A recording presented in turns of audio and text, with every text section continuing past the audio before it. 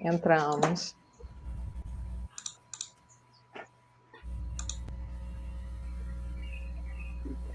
Pedro, você está sem som? Sem som. Boa tarde a todos e a todas. É uma grande satisfação para nós, do SEDECA Rio de Janeiro, iniciar essa primeira live do Fórum de Justiça Restaurativa com o tema Convivência Comunitária em Pandemia. Hoje nós contamos aqui com a presença da Patrícia Mussoni, depois a Alessandra vai fazer as apresentações, o Vitor Barcelos e a Juliana Fleury. Essa é uma iniciativa do SEDECA Rio de Janeiro, é uma iniciativa nova nesses tempos de pandemia, né? A primeira vez que a gente realiza o fórum pelas redes sociais. O fórum é uma iniciativa do projeto que o SEDECA executa, de Justiça Restaurativa, mas ele já vem acontecendo desde o início de 2019. O primeiro fórum nós realizamos na Defensoria Pública do Rio de Janeiro. O segundo e o terceiro fórum foram realizados no Ministério Público, com apoio do Ministério Público, do CMA. O quarto fórum foi na Arquidiocese do Rio de Janeiro, com apoio da Pastoral do Menor. E o quinto fórum, o último, que foi realizado em dezembro do ano passado, foi na Ordem dos Advogados, na OAB, com apoio da Comissão de Mediação de Conflitos. Então, a ideia do fórum, originalmente, é ter um espaço de escuta, um espaço de partilha, de compartilhar experiências e conhecimentos. E hoje nós estamos aqui com nossas companheiras e companheiros com esse objetivo, né, de fazer aqui um encontro, nos conhecermos melhor, as experiências. O projeto o SEDECA vem desenvolvendo esse projeto desde o final de 2015, de Justiça Restaurativa no Rio de Janeiro, e agora conta com o apoio da Miserium, uma organização alemã que apoia as atividades do SEDECA, juntamente com o KIO, uma organização da Bélgica, e a Sint Maartenus, da Holanda. Então, é o apoio e a solidariedade internacional para as atividades de justiça restaurativa executadas pelo SEDECA. Eu passo a palavra para a Alessandra, para que ela faça a apresentação de nossas companheiras e companheiros, para a gente dar início aí à nossa roda de conversa.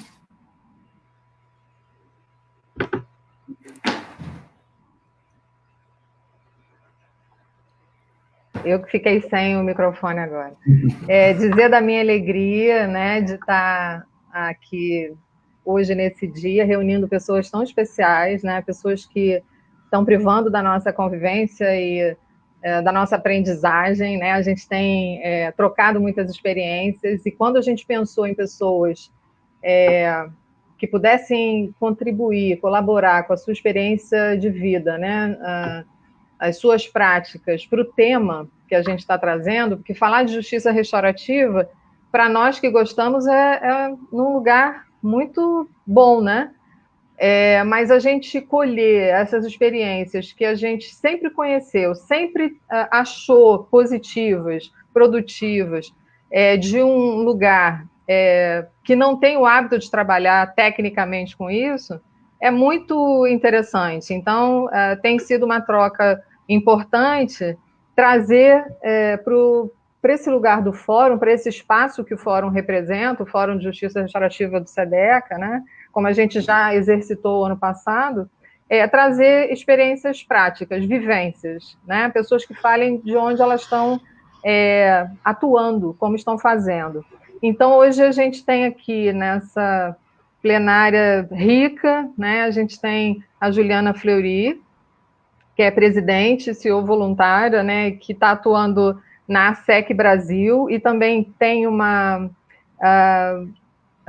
empreendimento muito intenso no movimento Saber Lidar, que a gente vai conhecer melhor hoje, né? Ela é membro do conselho da organização inglesa Partnership for Children desde 2016, né, e vem atuando muito intensamente nesse chão que a gente chama educacional, socioeducacional, né, fazendo essa interação entre todos esses atores, né? Então, muito importante, né, estar junto nesse momento e ouvindo a experiência que a Juliana vai trazer para a gente. A Patrícia Monsoni, né, que é nossa colega, ela tem a formação em relações públicas, é facilitadora de processos circulares e justiça restaurativa, de mudanças educacionais, uma pacifista, idealizadora do projeto Facilitando a Paz em 2020, e que também tem experiências, especialmente nessa temporada, muito interessantes para a gente conhecer e a gente aderir, né? Movimento muito importante que ela está trazendo.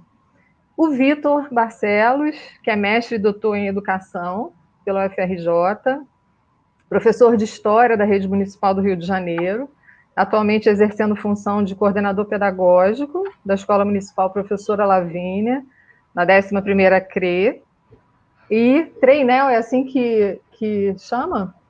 Treinel de Capoeira Angola. E, especialmente, fechando esse currículo, pai de 2, em plena quarentena, né? Então, assim, a gente combinou razoavelmente aqui essa ordem de fala, mas a gente vai interagir, que é o mais rico entre nós, essa possibilidade.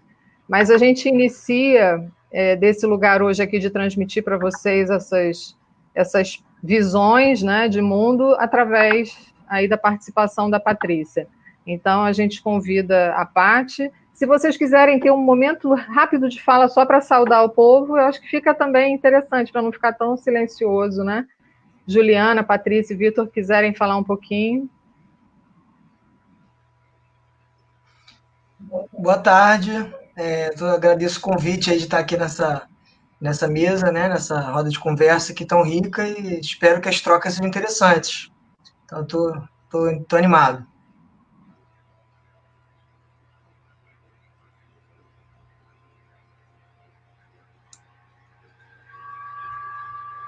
O microfone, Ju, não foi.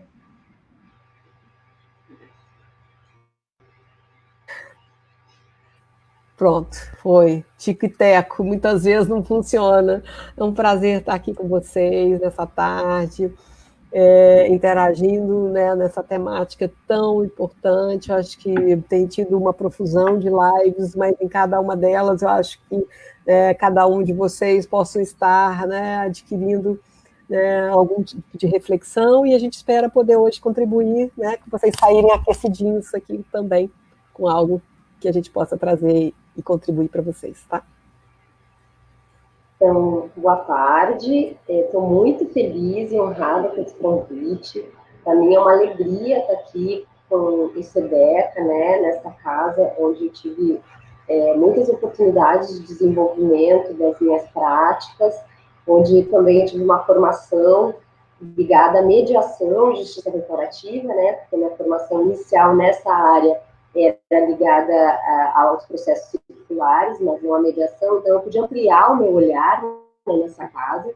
É muito confortante, eu me sinto muito acolhida, né, nesse lugar, com os meus pares, né, minha amiga Alessandra, fico muito feliz, toda a família do SEDECA, né, e parabenizar o trabalho, que é um trabalho admirável, junto à comunidade do Rio de Janeiro, né, e são pessoas tão maravilhosas, alegres, né, eu acho que a alegria nessa trajetória, ela é muito importante, né, então, humildemente, eu vim aqui apresentar o projeto que eu idealizo, e que também, né, esse projeto, ele nasce de todos os encontros que eu tive na minha trajetória aqui no Rio de Janeiro, desde 2007, e desde então um universo muito bonito tem se aberto para mim, né? O Vitor falou ali da capoeira, também sou uma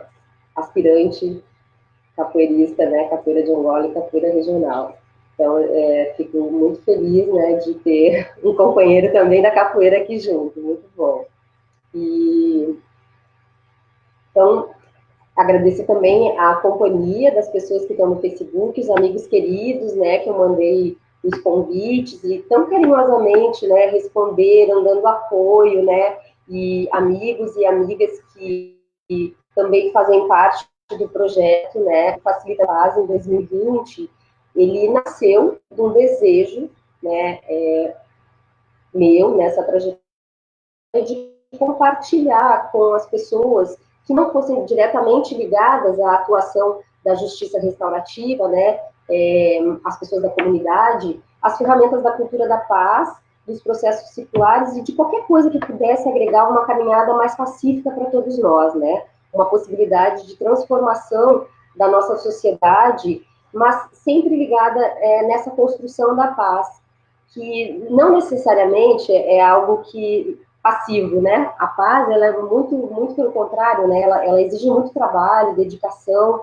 diária, né? Da gente, né? Exige que a gente cuide da nossa saúde, exige que a gente cuide das nossas relações, que a gente cuide da nossa mente, né? Das nossas emoções, do nosso coração. Então, eu vejo a cultura da paz como algo muito completo, né? E nesse sentido, e por colher os benefícios dessa trajetória, não só na minha prática profissional, mas na minha prática, mas na minha vida pessoal, né, e na minha caminhada também espiritual, que eu fiquei pensando durante um tempo como eu poderia, né, já que tinha essa oportunidade tão maravilhosa de experimentar essas ferramentas que me ajudam, né, e não só a mim, a todo mundo que tem esse interesse na construção de um mundo mais pacífico, mais justo para todos, né, também mais livre, como que isso poderia ser compartilhado com outras pessoas, né? Fiquei um tempo pensava, preciso de financiamento, preciso disso, daquilo.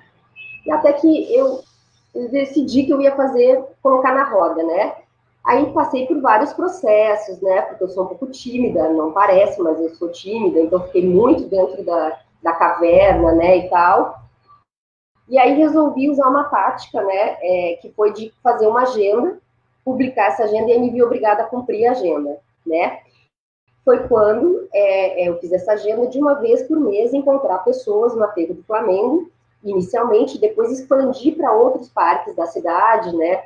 Não ficar centralizado na região da Zona Sul, né? E encontrar as pessoas, contar para elas, né, dessa proposta, que nada mais é que a gente investigar como funcionam os processos circulares, a cultura da paz, jogos cooperativos, mediação, comunicação não violenta, toda forma dialógica que possa transformar um conflito em algo construtivo, né? A gente sabe que o conflito faz parte da vida, né? E a gente dá um enfoque diferente para esse conflito, né? Existem ferramentas para isso, né? Como a gente aprende o ódio, a gente também aprende o amor, né? Essas ferramentas são ferramentas para a gente concretizar o amor em tudo que a gente for fazer, né? E eu tenho essa crença, né, de que o amor é a força mais revolucionária, né? Então, vieram essas pessoas que já criaram as ferramentas, né? E o meu papel é pegar essas ferramentas e contar para todo mundo que elas existem, contar como é que elas funcionam, né? E é isso. E aí cada um vai e usa essa sua vida. Eu penso que nesse momento a gente precisa aprender, né, essas ferramentas, mas que em breve, no futuro breve, talvez não breve a ponto de poder acompanhar, mas eu gostaria de poder presenciar, a gente não precise mais dessas ferramentas, né? Essa forma de escutar, né, uma escuta empática, de conseguir conciliar os interesses, né, de lidar com a diversidade dos seres humanos, né, que no nosso país é maravilhoso, né, é tão grande, né, que a gente possa viver isso naturalmente, né? Eu tenho esse sonho, eu sou bastante utópica, né, e penso nisso diariamente e busco focar o meu dia para que isso seja uma construção, né? E aí eu tenho aqui uma abelhinha que eu ganhei de uma amiga, né, que é para lembrar que apesar do sonho ser grande, eu sou só uma abelhinha, né, nessa construção e com bastante humildade aquilo que me cabe, né, que é bem pequenininho. E aí nasceu o Facilitando a Paz em janeiro, dia 5 de janeiro, e foi lá no aterro, né, eu tive a alegria de contar com pessoas muito queridas, né, como Adriana Hoffmann, e a Vilma Santos, né, que são pessoas muito queridas e me acompanham então desde então. E quando chegou março, né, a gente teve a pandemia, e aí eu fiquei pensando, não pode parar, porque uma vez que começa esse fluxo, né, e essa é a vantagem, né, desse processo, você não consegue mais parar, porque é algo tão bonito, né, e é uma coisa que vai emergindo o tempo todo, e você só quer fazer mais, né, algo que o amor, né, a paz, você está num fluxo de construção de uma coisa,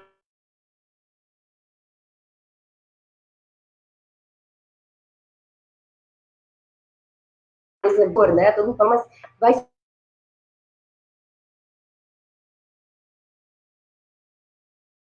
vai do que Está cortando,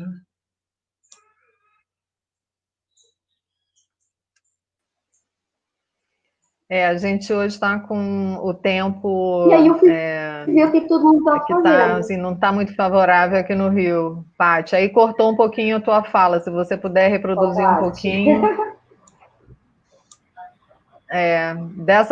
Desse teu último comentário que você fez a partir das pessoas que foram então, referência daí que entrou você a citou. pandemia e esse fluxo todo, né, eu não conseguia parar, aquilo estava vivo. Tinha a questão do isolamento social e tudo mais, mas eu disse assim, bom, isso aqui vai ter que continuar. Tem uma agenda que eu tenho que cumprir, eu tenho esse desejo imenso, tem as pessoas, né, como é que a gente faz? Aí eu fui ver o que todo mundo estava fazendo, né, e eu percebi que estava todo mundo nesse movimento coletivo de continuar, apesar da pandemia, apesar de tudo, as pessoas iam para a janela, né, se manifestar politicamente contra o sistema que estava aí, né, e que está aí ainda, né, então eu pensei, bom, o coletivo é a saída.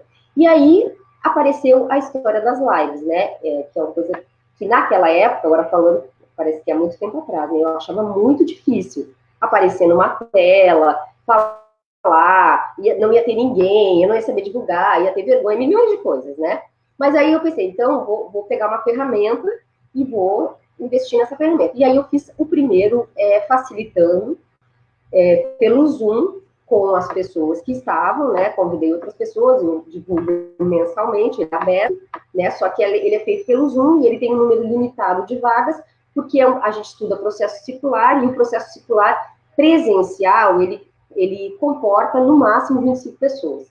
Pelo Zoom, eu tenho descoberto que tem que ser menos pessoas, né? Mas agora a gente tem um grupo de 15 pessoas, nem todos estão presentes sempre. E aí ele foi acontecendo. Ao mesmo tempo, eu fiquei pensando, estou sentindo que isso é muito pouco, que precisa mais, né? E foi tendo todo esse movimento que eu acho maravilhoso, das pessoas estarem compartilhando seus saberes, né?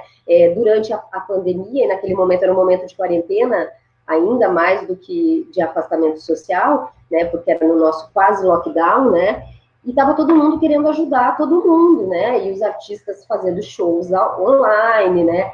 E as pessoas, psicólogos atendendo online, e o pessoal também querendo buscar caminhos, né, na nossa área aqui. E aí eu pensei, né, por que não, né, vou fazer. Se o primeiro que eu convidar aceitar, aí vai ter que acontecer, né? Eu determinei um dia da semana, e o primeiro que aceitou foi o Vinícius da Marcha pela Paz. Eu nunca pensei que ele fosse aceitar, né? E ele aceitou. E a gente fez. E aí foi muito legal, né? No começo foi tudo errado, eu botei o celular torto e tudo mais, né? Mas no final ele aceitou. E desde então, toda quarta-feira ou terça-feira, né? A opção inicial é quarta-feira, às 8h30 da noite, no Paz e Mudança, que é a minha página no Instagram para a Cultura da Paz, a gente tem uma live com uma pessoa ligada à trajetória da Cultura da Paz, contando a sua história, né, desse ponto de vista pessoal, né, e não apenas o profissional, mas ela expondo para a gente, né, compartilhando conosco o caos que a levou a estar nessa trajetória, né, que às vezes a gente esquece um pouquinho, né, e no meio disso eu acabei apoiada pelo Paul Lederach, com esse livro aqui, que chama A Imaginação Moral, Arte e Alma da Construção da Paz, onde ele fala, né, que ele faz eu estou fazendo exatamente, a minha proposta é exatamente a dele, né, ele disse, bom, eu já tinha o livro aqui em casa, então foi uma coisa de osmose, que é você trazer esse lugar, né, porque às vezes na nossa trajetória a gente esquece de onde a gente veio, e quando a gente esquece de onde a gente veio, quem está lá atrás querendo vir, fica achando que a caminhada é muito difícil, né, e que a gente é, entre aspas, super-heróis ou especiais, e não é nada disso, né, foi só uma escolha de uma caminhada que se fez a cada dia, né, dentro dessa mesma escolha. E aí foi o que aconteceu, e assim nasceu as lives do Facilitando a Paz em 2020, que acontece no Paz e Mudança, e tem sido muito bonito, né, e eu confesso, muito feliz também, que a mais beneficiada sou eu, porque eu aprendo muito, aprendo antes, quando falo com as pessoas, elas são extremamente generosas em aceitar o pitch. Aprendo quando a gente conversa, elas compartilham a história comigo, né? Nesse lugar muito íntimo de uma amizade que tem a ver com conexão. E aprendo muito quando a gente está nesse coletivo da live, que as pessoas, os amigos, né, chegam, compartilham seu amor, seu carinho, e também aprendem junto com a gente, né? E aprendo também quando as pessoas depois dizem, nossa, não sabia que existia isso, não sabia que era tão legal, não sabia como podia ser, quero fazer, quero conhecer melhor, então isso é muito legal. E o terceiro eixo, que também nasceu durante a pandemia, foi reunir, né, porque tinha esse desconforto de saber se os processos circulares presenciais, que é uma metodologia tão transformadora, e eu senti essa transformação no meu ser, né, porque quando eu conheci o processo circular que foi no CECIP, e agradeço aqui também a presença da Cláudia Tchepon, do CECIP, minha querida chefe, né, vai ser sempre a minha coordenadora maravilhosa, com quem aprendi muito também, com ela, com a Mônica Momi, com a Madza, com toda a equipe do CECIP, né, e me convidaram a perdoar as pessoas, né, vai perdoar. O processo circular tem a ver com perdão. Eu disse, imagina que eu vou perdoar, tinha acabado de me separar, né, me perdoar uma coisa assim, ver o meu ex-marido e perdoá-lo era algo inimaginável para mim. E eu cheguei nesse lugar, né, cheguei nesse lugar, e de perdoar não só a ele, né, mas a mim mesma, dentro desse processo. E aí eu pensei, bom, se funciona presencialmente, como é que isso vai funcionar virtualmente, pelo amor de Deus, né? Como é que a gente faz isso acontecer virtualmente? Fiquei com essa pergunta, né, com esse incômodo, e queria saber se mais alguém tinha esse incômodo, né? Vai dar certo? Vai não vai dar e tal? Só que acredito muito na vida. Então, se a vida nos colocou numa situação de isolamento social, nos deu uma ferramenta que todo mundo já vinha se inteirando com ela, que é o mundo virtual, a internet, os smartphones, né, e tudo mais. A gente tem isso. Então, tem que ter um jeito disso acontecer. Eu só não sei como, e nesse momento não estou confiando tanto nesse processo, né, porque, falando bem a verdade, né, fico com um pezinho atrás, de qualquer maneira. E aí eu resolvi convidar algumas pessoas, junto com a Célia Paz, conversando com ela, contando para ela esse meu desconforto. Eu disse, Célia, vamos montar um grupo para conversar sobre isso? E o que a Célia falou? A primeira coisa que ela disse, vamos chamar o pessoal do SEDECA e do DEGASE. E aí eu chamei todo mundo, né?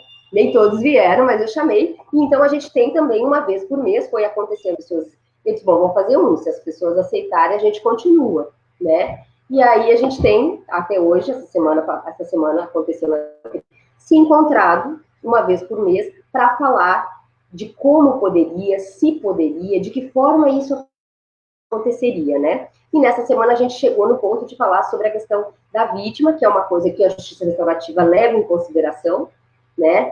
E é isso, gente. Então eu estou aqui agora, nessa minha primeira live, estou estreando com vocês, estou muito feliz, né, de poder contar para vocês essa história. Minha primeira live é a primeira vez que eu conto desse projeto publicamente, né, para as pessoas, numa live no Facebook, né? Então estou muito contente assim, de estar com vocês, compartilhando e abrindo também convite para quem quiser integrar os grupos, são muito bem-vindos, tá? É um prazer aqui estar com vocês. Obrigada. Eu fico assim muito feliz de ouvir, né, a trajetória da Patrícia, porque assim apresentá-los não é falar nem de metade do currículo dessas pessoas, né? Da vivência, da experiência, da pista. Então, quando eu cheguei para estudar justiça restaurativa, apesar de eu já ter pesquisado, Patrícia, eu já tinha trabalhado com justiça restaurativa, já tinha vivido isso dentro da escola, com produção de conhecimento. Então, assim, são pessoas que trazem, né, e acrescentam muito com o convívio, com a convivência, né, para a nossa a nossa vida. Então, o nosso tema de hoje está sendo apresentado para vocês, né, com essas trajetórias, que para quem está chegando, convivência comunitária em pandemia. É possível a gente conviver, né, no meio de um pandemônio. Então, a gente escuta e se sente esperançoso, que, como trouxe a Cláudia, né, o compartilhamento é uma grande aprendizagem que a gente está levando dessa temporada. Então, eu agradeço a Paty, né, pela contribuição rica, valiosa, e peço que o Vitor traga a contribuição dele para a gente fazer esse jogo aqui, esse frescobol aqui. Só um momentinho, Vitor, antes de você começar, só dar uma saudação aqui às algumas de longe, que vieram de longe. Isso tem facilitado o nosso contato, né? Tem aqui a Cristina de Mendes, uma querida amiga que é lá de Mendes. Ela sempre quis participar das atividades no Rio, às vezes não era possível. Agora, pela internet, ela está podendo participar de todas. E saudar aqui a Cristina de Mendes, a Rosária, da Rede de Comunidades Saudáveis da Bahia, a Elizabeth, da comarca de Santarém, do Pará, e também a equipe do Justiça Restaurativa, que está aqui em peso, do SEDECA também. Então, saudar aqui os companheiros e companheiras. E algumas pessoas, eu não sei o que houve, elas tentaram entrar pela nossa plataforma. Então, para assistir a live, as pessoas têm que acessar o Facebook do SEDECA. Então, eu acho que já foi resolvido já. Vamos lá, Vitor. Obrigado aí pela tua... Obrigado, Patrícia. Boa tarde a todos, as pessoas que estão assistindo, né? E a todo mundo que está nessa roda de conversa também aqui, dividindo seus conhecimentos. Mais uma vez, agradecer o convite, né, da Alessandra, do Pedro, da equipe do SEDECA, que tem sido parceiros interessantes, importantes lá com a nossa escola, né? Para a gente pensar outras formas de lidar com o conflito. Eu vou começar falando um pouco da escola, um pouco do perfil da escola, depois eu falo um pouco dessa parceria com o SEDECA, e a gente fecha falando desse momento específico que a gente está vivendo agora de isolamento, né? Dificuldades e possibilidades que a gente tem encontrado também na nossa escola. A nossa escola fica na entrada da Ilha do Governador, né? A Escola Municipal Professora Lavínia. A gente atende principalmente famílias da Vila Joaniza, Morro do Barbante, e é uma escola que assim, sempre teve uma fama de muitos conflitos, né? Aquela escola assim, de os alunos transgredirem, né? Bomba na escola, conflito. E aí a nossa gestão, né, esse ano está fechando, né? Provavelmente o diretor vai estar continuando pela relação legal que a gente conseguiu construir com a comunidade e com a equipe. Também no sentido da gente ter um projeto de tentar resgatar o protagonismo juvenil, né? E sempre ter uma posição de diálogo com a comunidade também, né? Então, por exemplo, a valorização dos espaços de reunião de responsáveis, né? Os espaços de diálogo existentes. Quando ocorre uma situação de conflito com o aluno, né, para além de uma postura punitiva apenas, né? Também a gente convocar o responsável, intervir junto à família, entender quais são os conflitos que, de repente, estão reverberando no comportamento do jovem, né? Buscar as parcerias também que a prefeitura já tem construído, através do programa Saúde na Escola, né, com as clínicas da família, com a assistência social também, nesse sentido, né, de perceber que a escola tem um papel a cumprir, um papel comunitário a cumprir, né? Ela não está sozinha, ela não pode estar sozinha, considerando as demandas que estão direcionadas a ela. É difícil a gente... o ECA mostra isso, né? A gente esse ano está completando 30 anos de ECA. Fizemos até um vídeo, né, com a participação de alunos e professores.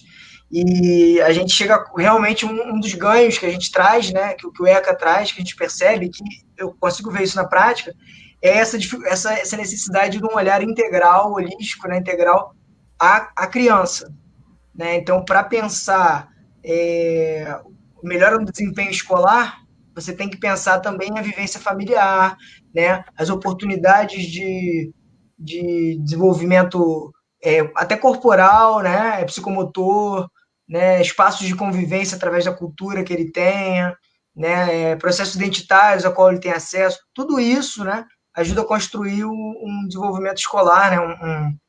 Um aprendizado, né? Um bom resultado escolar. Muito mais amplo do que apenas avaliações, né? O ir bem na prova, né? E também no conflito. O comportamento que transgride, né? Aquele sujeito, algo não está bem, né? Algo não está bem compreendido ali na sua convivência, na sua forma de se relacionar com os outros, né? E às vezes aquele sujeito não tá entendendo, não está sendo capaz, muitas vezes, de entender a melhor forma de expressar aquilo que ele está sentindo, né? E de repensar as relações dele com os colegas, a imagem que ele quer ter perante, né, aquele coletivo que é o espaço da escola. Então, a gente tem tentado construir, reconstruir, ressignificar a maneira como eles veem a escola, né, e também como a comunidade vê a escola. E aí é muito difícil, frente a todas as limitações da rede pública que a gente conhece, né? De ordem material, de ordem de pessoal, né? Recursos humanos, acumulação de funções, né? De organizacional também, uma série de dificuldades, né? Que às vezes o próprio ambiente fica tenso e a gente se sente a escola, né, que é uma instituição de massa, né, característica da sociedade de massa, a gente se sente reproduzindo o mecanismo, né, e muitas vezes é o que se espera que a gente faça. Então a gente fica sempre no limiar. Existe uma zona de fronteira, de tensão entre reproduzir e tentar o novo, né, com os jovens, com as famílias, né, porque não adianta só você tentar o novo, chegar a inovar com uma grande ideia de justiça restaurativa, né, de democracia, uma ideia compreensiva, porque às vezes as pessoas estão esperando de você, né, certas atitudes, então você tem que jogar, né, tem que gingar um pouco, né, fazendo a metáfora da capoeira, né, você tem que estar aqui e estar ali ao mesmo tempo, né, e às vezes não ser tão previsível na maneira como você vai tomar suas decisões. Então, bem, a nossa comunidade é especialmente carente, né? Na Ilha do Governador é a que mais baixo IDH, né? Uma grande maioria de primeira e segunda geração, uma comunidade relativamente nova, primeira e segunda geração de imigrantes, né? Principalmente Nordeste e Norte, alguns também, né? E como é comum na Ilha do Governador toda, mas ali tem essa característica de ser nova, né? Você vê as casas subindo, você vê áreas de expansão, né? Então também acaba vindo, às vezes, famílias que não tiveram a oportunidade de se reorganizar, né? Que estão chegando, né? Que ainda não conseguem se inserir. Então tem toda uma demanda da parte do diálogo com a assistência social, que também é muito importante. Que mais? Bem, para fechar aí sobre a escola, por favor, peço que me avise, tá, do tempo. O caminho do protagonismo juvenil, duas formas, dois eixos que eu tento trazer aqui de forma didática, dois eixos que a gente tenta intervir, né? Um deles é o aluno para além da sua turma, da sua sala de aula, daquele lugar de aprendiz, né, de uma sala, ele estando no grêmio estudantil ou no conselho de representantes de turma. Então, ou seja, existe um outro espaço, para além daquele da sala de aula, né, onde se constrói uma representatividade e onde ele passa a virar uma figura, de certa forma, pública. Né? Ele não é apenas o indivíduo, o aluno está ali, é uma figura pública. Então, entra um jogo, né, de um espaço público, né, de convivência, de construção política e cultural dos alunos também. Né? Aí a gente estimula o grêmio. É muito difícil, porque nós estamos falando de uma escola de 6º ao 9º ano. Então, a autonomia deles para fazer, a autoconfiança, né? Para criar, para se organizar, é muito difícil. Né? Precisa muitas vezes daquele empurrãozinho, mas eles fazem, eles conseguem criar sim. Outro eixo é o eixo da cultura. Né? A gente tem projetos lá na escola de capoeira Angola, né? No caso aí eu que estou puxando E eu trago todo ano, a gente participa dos eventos da escola trazendo mestres de capoeira para construir, né? Oficina de materiais, de instrumentos, né? De capoeira, etc. E também a Festa Black, no Dia da Consciência Negra, né? Todo novembro a gente realiza a Festa Black, e a gente tem conseguido também valorizar, né, a beleza negra e construído passarela da beleza negra. Temos alunos, mães que são trançadeiras na comunidade, fizeram gratuitamente para os alunos, né? Então, assim, a gente tentando fazer a comunidade invadir um pouco a escola também, né? Então, abrir o máximo possível a escola a isso e botar o jovem em destaque também, né? Então, a relação com a escola tende a melhorar no médio e longo prazo, é o que a gente está percebendo. A parceria com o SEDECA veio a enriquecer essas intenções, essas percepções que a gente já tinha, nós fizemos alguns encontros já, né? O Pedro estava presente, a Alessandra também, e outras pessoas do SEDECA, trazendo toda essa bagagem da discussão de justiça restaurativa para a equipe, né, se desafiar a pensar outras formas de lidar com o conflito, né? Acredito também que, em alguma medida, esse diálogo esteja contribuindo um pouco para o SEDECA também, para as pessoas do SEDECA refletirem, né?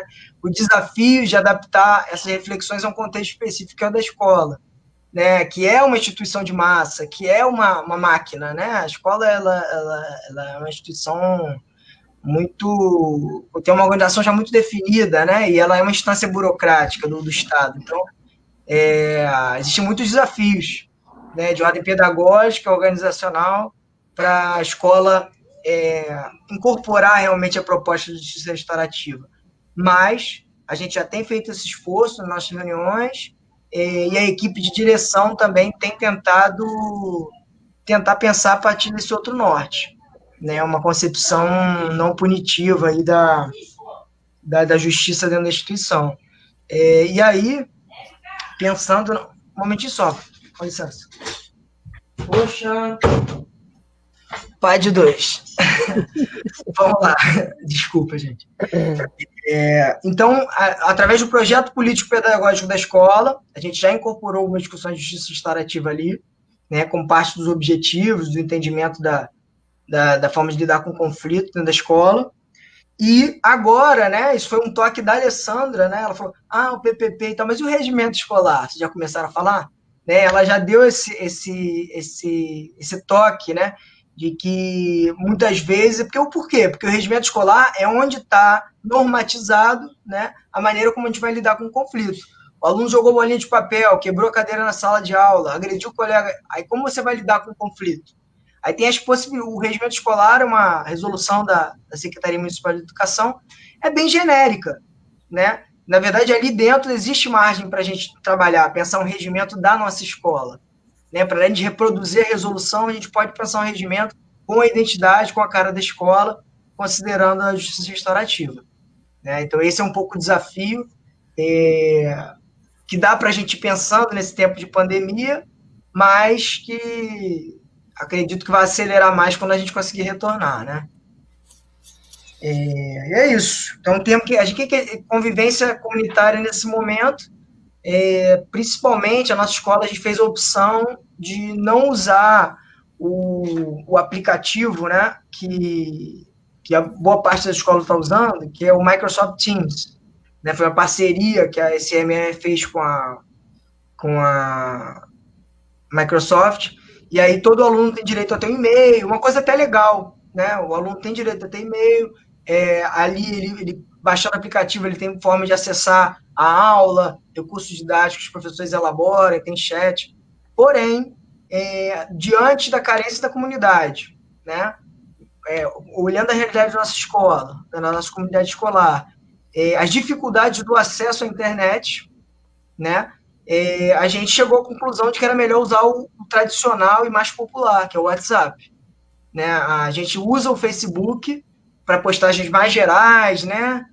Distribuição de cesta básica, informações sobre o material complementar que a prefeitura tem publicado, mas semanalmente os professores têm postado atividades, né? E feito um diálogo via grupos de WhatsApp. e nós já chegamos a cerca de 70% do alunado.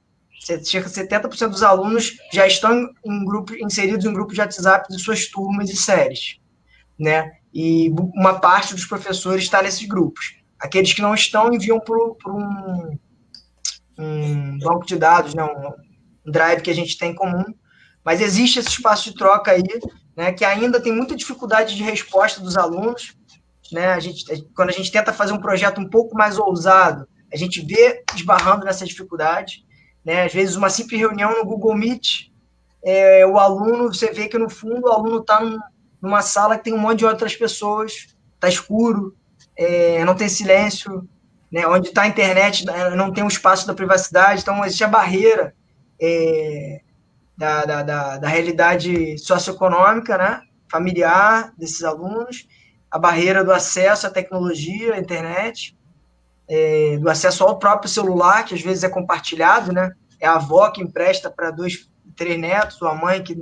Então não dá para você ficar querendo esperar uma resposta de massa rápida, né? Então a gente optou pelo simples, mas estamos organizando iniciativas diferentes. Alguns professores estão tentando fazer gincanas também. E aí, eu acho que é isso. Acho que é isso. Eu estou aberto às perguntas aí. E assim, a gente só lamenta a questão do tempo, porque tem tanta experiência, né, importante para trocar, mas ainda assim a gente consegue sintetizar e trazer o que é de melhor, né? Então, realmente, a parceria com a Escola Lavínia, para nós, ela é fruto de muita inspiração. A gente ainda está entendendo qual é o lugar do conflito, se ele é um conflito que pode ser cogerido, e a gente está amadurecendo isso, né, com a equipe. As equipes técnicas da escola que nos acolheram, que nos receberam diante de todas as suas questões, né? E é muito bonito ver como eles são integrados, como eles são também pessoas muito inspiradas, né? Para dar conta de tantos passivos. E a gente só torce para que a JR encontre lá um lugar de aprendizado, de crescimento, né? Porque produção já tem, então a gente vai continuar nessa busca, né? Queria dizer que a gente está muito conectado com o tema, né? E falando sobre a questão da pandemia, a gente tem aí uma questão pedagógica, que é como a JR traz, né? De como é que a gente está lidando com os significados, com os sentidos. Então, cada um trouxe um pouco dessa sua visão. Eu agradeço a Paty e ao Vitor, e a gente convida a Juliana para trazer esse lugar também dela de experiência, de prática, né? E eu conheci a SEC através de trabalho voluntário do CVV, do Centro de Valorização da Vida, que eu faço, mas eles são autônomos e independentes e criaram um mundo totalmente, um universo, né, a partir dessa escuta mais aprofundada que a gente aprende, né? Então é importante a gente ouvi-los hoje. Bem-vinda, Juliana. Obrigada a todos vocês. Eu pedi a Fernanda para colocar, até mandei um PDF, se deu pau na apresentação. Fico muito feliz de estar compartilhando esse espaço, né, com a Patrícia, que traz essa vivência tão importante, né, do facilitar, né, facilitar a paz, ou seja, algo tão complexo, né, que demanda realmente toda uma dedicação, uma construção de longo prazo nas nossas vidas, né? O Vitor com uma atuação numa ambiência escolar, mas que a gente, ao ele falar, a gente enxerga, né, esse modelo em todos os locais, né? Eu vou falar um pouquinho institucionalmente do que é a SEC, né? Então, a Alessandra já me deu a deixa, enquanto a Fernanda coloca a apresentação. A SEC nasceu, vou adiantando um pouco, de um sonho de alguns voluntários do CVV, né? E isso replica um sonho lá de fora. Vocês viram no meu currículo que eu sou também membro da organização Partnership for Children na Inglaterra, e no final dos anos 90, alguns voluntários do que é o Samaritans, do CVV internacional, fizeram a sua pergunta: nós vamos passar o resto da vida cuidando de adulto em crise emocional, né? Ou seja, com ação suicida, ou a gente vai construir ferramentas para que as crianças e os adolescentes se tornem adultos mais felizes, né, e com isso possam saber lidar com as suas dificuldades, as suas ansiedades, né, e mal sabiam eles que 20 anos depois nós estaríamos debaixo, né, desse contexto, ou seja, passados né, imaginando que a gente tinha superado guerras mundiais e que a pandemia ia nos colocar neste lugar, né, de reflexão, de tanta produção de conteúdo, de tanto compartilhamento, mas forçado nesse distanciamento, que tem levado a um adoecimento tremendo de muitos jovens. Então, assim, hoje o CVV, que, né, quando a SEC foi criada como uma série de voluntários, o CVV trabalha com voluntários, a SEC trabalha com psicólogos, psicopedagogos, e eles trouxeram para o Brasil um programa baseado em evidências, e nossa história foi toda construída com base nisso, de programas de promoção de saúde mental, ou seja, a gente nem podia falar em saúde mental em 2004, quando a SEC foi fundada, a gente falava em promover educação emocional. E muitas vezes a gente teve 10 anos de apoio do Instituto HSBC, às vezes eu chegava numa comunidade, num lugar, não dá para poder trocar esse apoio por uma quadra polivalente, ao invés de educação emocional? Não, isso, né, os colégios particulares diziam, não, vai cuidar das crianças da comunidade, e a comunidade dizia, não, eu tenho outras necessidades, e não isso, né?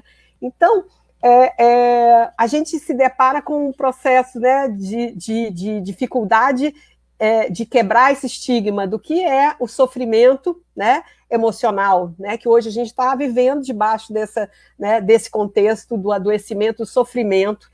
E aí eu recebi um documento do Fórum Global de Economia dizendo justamente que uma grande ameaça da juventude atual é o adoecimento mental, seja ele, né, uma depressão, né, uma autolesão, tipos de sofrimentos diversos, né? Então, eu agradeço o convite, né, da Alessandra, do Pedro, a gente poder contribuir aqui um pouquinho com o que a gente, né, está atuando e querendo atuar, porque nós estamos em plena mudança. A SEC, pode passar, Fernanda? A SEC ganhou um novo status esse ano. Eu estou desde 2006 como voluntária, mas em 2018 eu assumi a liderança, né? E aí a gente vem trazendo, né, nessa mudança desse movimento Saber Lidar, que eu vou apresentar, todo uma busca, uma conscientização do que é o promover saúde emocional, né? Então, como estar bem e saber lidar com os desafios de uma convivência saudável, né? Então, o primeiro movimento desse estar bem, como estar bem, quem? Eu, para lidar com os desafios de uma convivência saudável. Pode passando, né?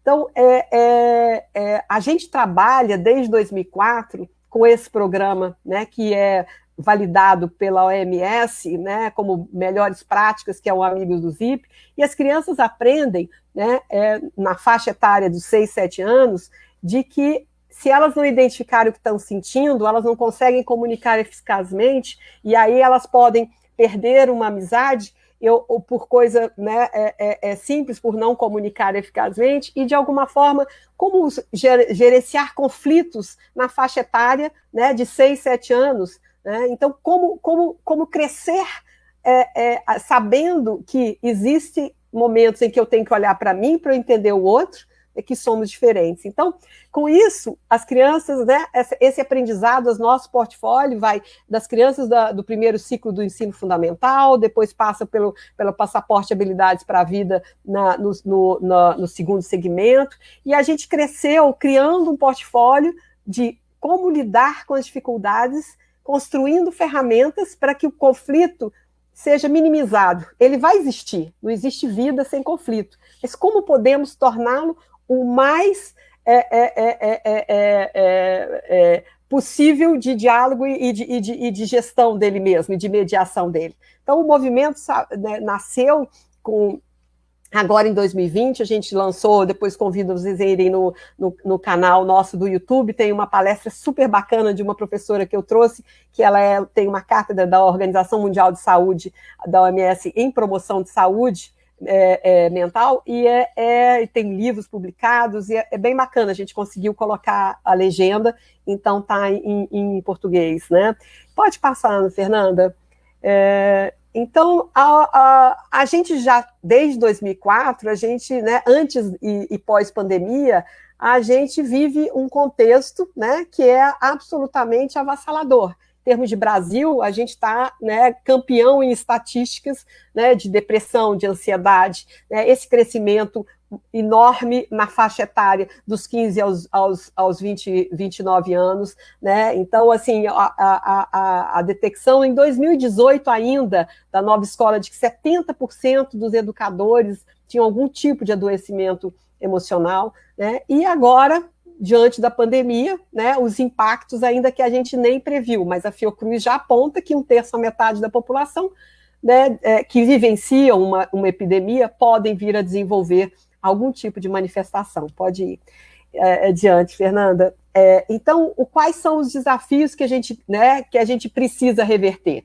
Os desafios é inserir a educação, né, a saúde emocional e social dentro dos ambientes de convivência, de vivência, né, das crianças, dos adolescentes, dos jovens.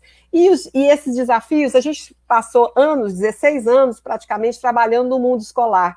E aí a gente começou a ver que, na realidade, o mundo escolar é o mundo do trabalho do educador, que também precisa estar permeado como um todo, porque a gente fazia capacitação do professor, mas a diretora ia lá e dizia, não, você não vai agora dar aula de educação emocional, porque você tem que preencher a planilha tal.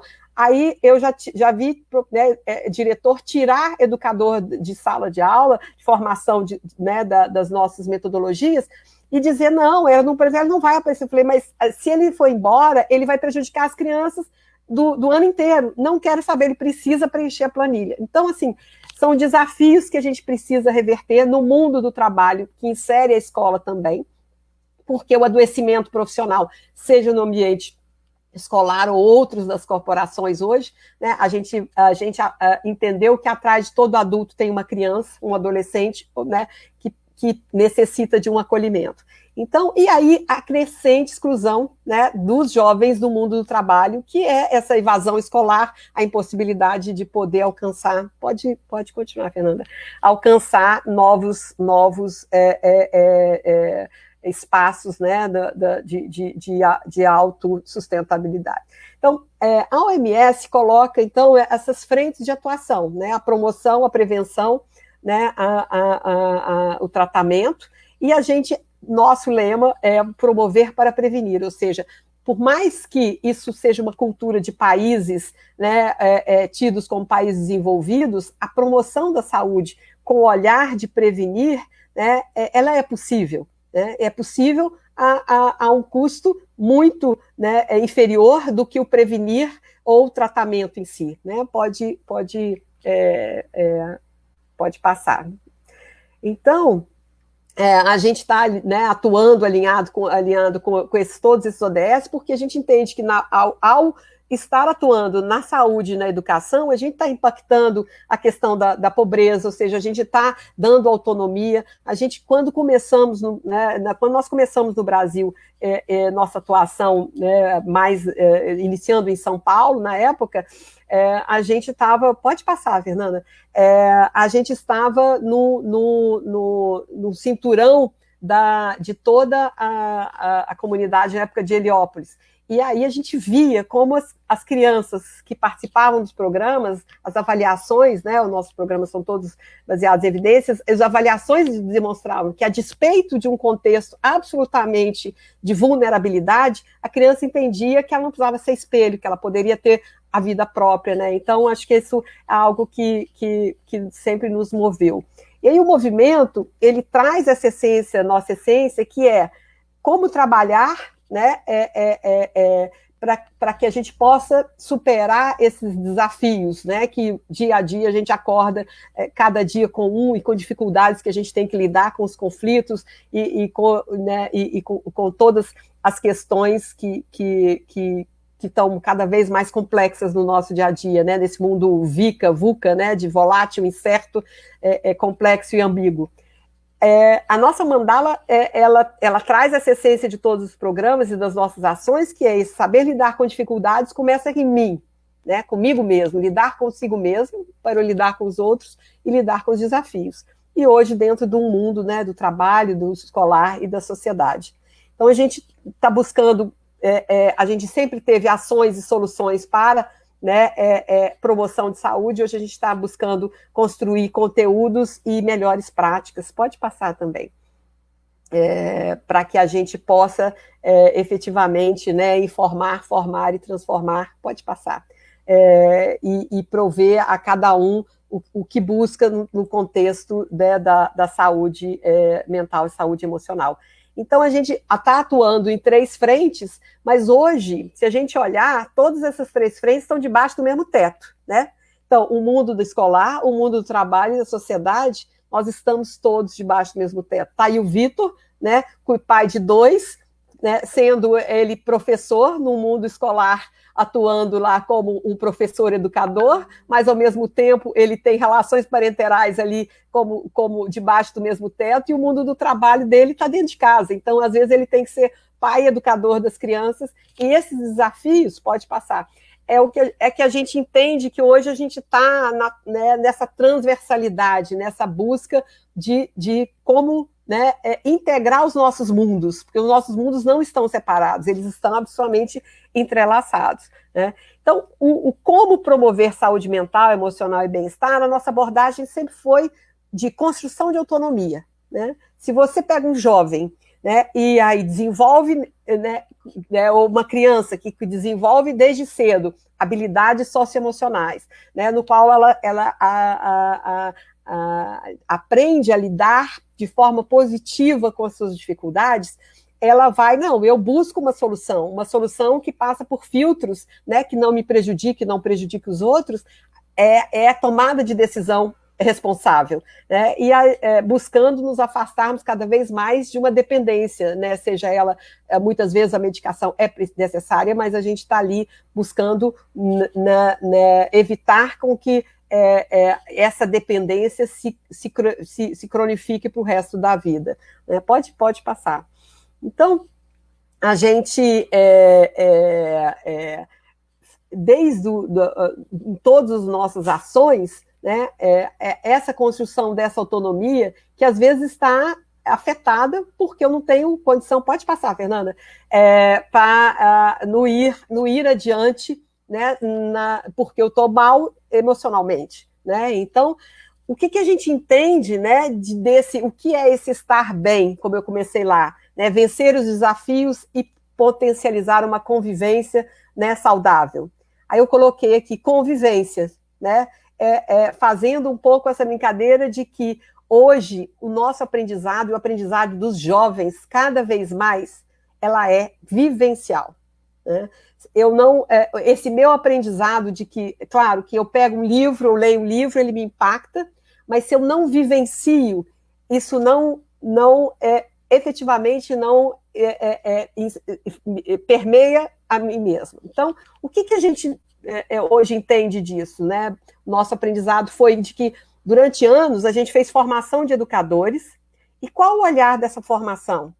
O educador vivencia, de alguma forma, qual é a postura que ele passa a ter com os alunos, e a partir daí, se faz sentido para ele reproduz essa postura. Então, muitas vezes, nós temos as nossas posturas absolutamente congeladas e vitrificadas pelos contextos socioeconômicos que a gente vive, por uma série de preconceitos ou por uma série de parâmetros, né, que a sociedade, de alguma forma, nos impõe. Não, menino não chora, não pode fazer isso, é feio, isso é bonito. Então, a gente reproduz papéis e, de alguma forma, nós estamos constantemente não validando, né, sentimentos que possam ser super importantes vivenciar, para que a gente possa, de alguma forma, superá-los, né? Então, o que é essa convivência, né? Qual é a prática dos nossos programas, e é uma prática que a gente convida a todos a fazer, né? Ainda mais nesse momento de pandemia, a gente desenvolveu trilhas, conteúdos, que depois eu deixo um e-mail no final, info, vocês podem, né, mandar e-mails e pedir materiais para trabalhar com as crianças, com os jovens, né? A gente está com um projeto de cartas com idosos, mas toda a nossa trilha começa, né, em reflexões desse olhar para si mesmo, né? Permitir se perceber. A gente passa o dia inteiro, muitas vezes, sem nos perceber. A gente no máximo, olhou para pentear o cabelo e passa adiante. Então, ter esse momento, né, que hoje cada vez mais vem ganhando espaço, até a questão da atenção plena, né, do mindfulness, como é que eu olho para mim, né, eu sei que eu não estou bem, né, me permitir perceber, né, e aí identificar esses sentimentos. Nossa, hoje eu estou com uma dor de estômago, mas no fim a dor de estômago é porque eu estou ansiosa. Né? Se eu não, eu vou lá, tomo um remédio para dor de estômago, achando que é a dor de estômago, né? Mas eu não parei o filtro de tirar a camada, né? As várias camadas que se colocam entre perceber o sentimento, né? E aí, uma vez percebido, eu estou realmente com dor de estômago, eu estou ansiosa, mas é ruim sentir, né? Ansiedade, não, eu estou ansiosa porque eu vou falar com o Sedeca e vou fazer essa live aqui com vocês, né? Então, de alguma forma, eu me acolho, porque nós somos seres humanos. É certo ou errado? Não, eu estou ansiosa porque, né, eu estou com medo de errar, e errar é feio. Então, a criança, o jovem, o adolescente, a gente trabalha num sistema punitivo, né? E aí, por mais que a justiça restaurativa seja restaurar, né, uma série de valores e princípios e condutas e comportamentos, a gente não pode deixar de olhar para aquele ser humano que está ali, que tem a sua história, tem a sua narrativa, né, e que muitas vezes tomou atitudes, né, dessa coisa do certo, o errado, né, e aí a gente tem que inverter um pouco isso e gerar responsabilidade. Né? As crianças aprendem desde o pequenininho, no Amigos VIP, de que se prejudica, não é legal, né? Então, prejudica a mim ou o outro. Eu tenho responsabilidade. As consequências da minha atitude, né, elas geram ali consequências, e as consequências eu sou responsável por elas. Então, são consequências, às vezes, absolutamente de encarceramento, ou consequências de uma punição, de uma expulsão da escola, que vai tirar aquele jovem por completo da possibilidade de ter sua potência desenvolvida. Então, como estabelecer essa convivência, né, esse acolher as diferenças, que são eu, o outro, e isso nos enriquece. Por quê? Porque é essa diversidade que está aí pujante. Então, e como a gente faz isso? A gente faz isso através dessas práticas dos nossos programas, que agora vem chegando, seja ao ensino médio, com a nossa caixa de ferramentas, que são justamente rodas de conversas estruturadas, com círculos, que são, os jovens são capacitados, mas eles são motivados a praticar entre pares, cada vez mais, né, eles se articulando numa rede de apoio, né, com pares e com apoio. Pode passar para o outro? É uma continuidade. Então, assim, buscar essa prática, né, de estar aberto, a partir do momento onde cada um de nós, né, por exemplo, né, a Patrícia vai trabalhar, né, ou o Vitor com um grupo num círculo. Se o jovem não está aberto, porque ele entende que aquilo não é um ambiente seguro para fala, para poder ser acolhido, né, ele não vai entrar no estado de abertura. Por quê? Porque ele acha que a saída ali ele vai ser julgado, as coisas, tudo que ele falar vai estar nas redes sociais. Então, criar esses ambientes, né, com a vivência saudável, né, ela tem uma série de premissas que são fundamentais. Senão essa ambiência não vai ser, essa vivência não vai se efetivar. Né? Então, a criação de vínculos saudáveis, eu tenho aqui um report que a gente está fazendo um trabalho grande agora, começando com a Unicef, no estado Rio, São Paulo, e depois alguns municípios do selo. Estou vendo gente do Pará aí, que bacana, muito bom. Não sei se os municípios que vocês estão são do selo Unicef, a gente está fazendo um trabalho bacana. que a gente, a RECA, a Rede de Educação com Adolescentes do Rio, junto com a Unicef, fez uma escuta ativa, né, e junto com o Nudegas e outros, e a gente via claramente que o que afasta o jovem da escola, a gente indagou, né, afasta a falta de vínculo, né, porque antes, quando as crianças são pequenas, tem um professor só, quando entra no ensino, né, Fundamental 2, são muitos professores, e cada um cuida de si, ninguém está cuidando do outro, ninguém ouve, e aí se não existe esse professor que é, né, o Vitor, o trabalho do Vitor e da equipe dessa coordenação pedagógica acolhedora, promotora de espaços como é o Grêmio, né, a gente tem grupos que a gente conversa, que fizeram passaporte de habilidades para a vida, eles montaram grupos de amigos mobilizadores, atuam na escola, na Bahia, tem gente aí da Bahia, super bacana. Eu estou querendo fazer um levantamento de todas essas ações criativas, né? Tem o Criativos da Escola, que é uma ação no Facebook, que eles têm um grupo que eles estão sempre com ações inovadoras. Então, assim, poder criar esses espaços, né, de acolhimento, de fala. A minha apresentação foi embora, né? Não tem problema, não tem problema. Então, assim, a gente, de alguma forma, a gente quer criar essa cultura de que é possível, né, criar um espaço de convivência saudável que não seja só punição, né? E aí, essa cultura do aprender com erros, né, que eu ia falar, com as frustrações, né? Quantas famílias, né, às vezes até de menor poder aquisitivo, não querem que os filhos vivam as frustrações que eles viveram e achando que isso vai facilitar que o filho chegue a algum lugar. Então, a mãe deixa de comer para comprar um celular para o filho, e aí, né, não existe nenhum tipo de vivência de frustração, né? Então, esse lidar com esses conflitos que são, né, divergências que às vezes podem co-construir novas convivências, mas isso permeado por escuta, abertura, acolhimento, diálogo, empatia, né? Hoje a Alessandra compartilhou com a gente, né, um vídeo da experiência lá dessa escola qual foi mesmo, Alessandra, lá de São Gonçalo?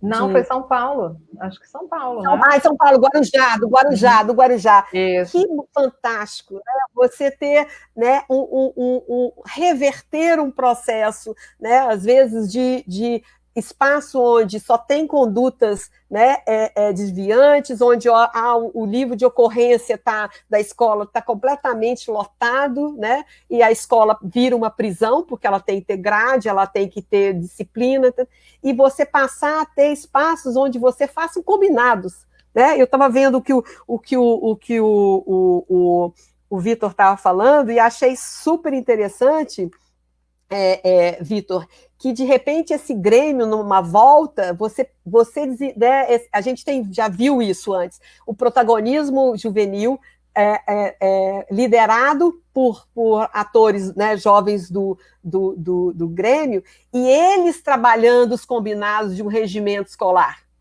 Olha só, a gente precisa ter isso, isso e isso. O que você acha que a gente faria, né? O que você acha que né, se você estivesse no meu lugar ou no outro, como você trataria isso? Então, isso aí é trazê-los para a responsabilidade das possíveis punições, né? Então, essa co-construção, a gente, esse documento, 2 documentos que eu recebi do Fórum Mundial Econômico, ele fala, né, da gravidade da saúde mental dos jovens, ameaçando realmente, né, essa população, essa faixa etária globalmente, né, e sobre a questão da nova educação, né? Então, assim, trabalhar como a gente faz com as metodologias ativas, né, de forma absolutamente, nossa, não sei nem se acabou meu tempo, mas, né, eu falo. Mas a ideia é essa, assim, gente, assim, eu estou aberta a todos os diálogos, eu acho que a gente poder dar esse espaço também para que os jovens não recebam coisas prontas, mas eles co-criem e eles possam ser corresponsáveis por todas as suas ações. Fernanda, eu acho que eu estou no meu final aqui, pode passar. Então, esse criar essa convivência agora dentro, debaixo do mesmo espaço que é a residência, a gente tem visto a dificuldade do jovem ter o espaço punido total da sua... Pode passar, Fernanda, a apresentação? Do seu espaço, né, da sua convivência com os jovens. Então, a gente teve uma live anteontem de luto, tá lá no nosso canal do Movimento Saber Lidar, e aí pesquisas já apontaram, os jovens, né, a criança muitas vezes está dizendo que, passa o último slide do info para quem quiser materiais, acho que eu tenho uns materiais aí para poder mostrar. As crianças, de alguma forma, pequenas, estão mais felizes porque os pais estão em casa, e os pais é que estão mais estressados, mas os jovens estão sendo punidos, né, por não terem a sua vida, a sua convivência, né, essa convivência. E aí, por mais que o virtual esteja sendo, pela pesquisa do Conjuve, um espaço de acolhimento, mesmo sendo virtual, porque é melhor do que nada, né? Me mostra aí só esse material que eu tenho, se alguém quiser depois, né, que queira na sua escola, ou né, poder enviar depois de PDF via WhatsApp mesmo para as equipes, ou pessoal aí do estado do Rio, do Pará ou da Bahia. A gente tem materiais justamente para serem trabalhados com crianças, promotores, né, de rodas de conversa. E é isso, gente. Eu acho que é um desafio muito grande, né? Conseguir fazer essa convivência. Eu acho que esses aprendizados da pandemia nos estão dando também uma oportunidade de repensar e construir um novo modelo, né? E a nossa visão como a SEC é uma sociedade solidária e feliz, né? E aí eu fico pensando, alguém que é solidário sem ser feliz, né? Então, eu às vezes falo, não, acho uma sociedade feliz e solidária, porque né, nesse momento onde eu me enxergo como ser protagonista, eu posso ajudar o outro e eu ajudo a vencer, né, e ser solidário. Né?